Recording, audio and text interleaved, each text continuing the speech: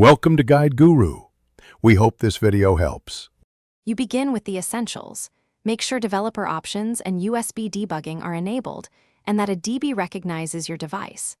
Connect via USB and confirm a DB devices returns your serial. Once done, unlock the bootloader if needed. This wipes data, so back up first. Install platform tools on your computer and verify fast boot command works. You must have the matching Android 11 factory image or vendor files ready. They provide the DSU Loader and system images that you will mount and test. Now prepare and apply the DSU image.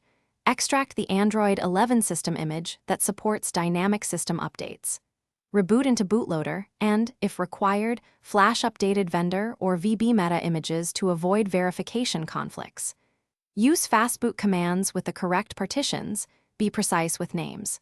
If using a DB sideload, boot into recovery and apply the update package. Make sure to disable Verity temporarily when instructed so the dynamic system can be mounted without integrity failures. This prevents boot blocks during testing. Finish by enabling the DSU Loader. Boot back into Android and open developer options, then toggle the DSU Loader setting. Go to Settings System and choose the Dynamic System option to load your downloaded image. Follow prompts to start the runtime.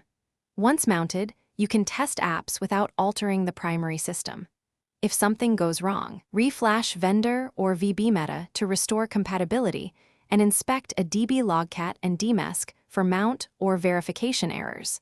Those logs point to the exact cause. Thanks for watching.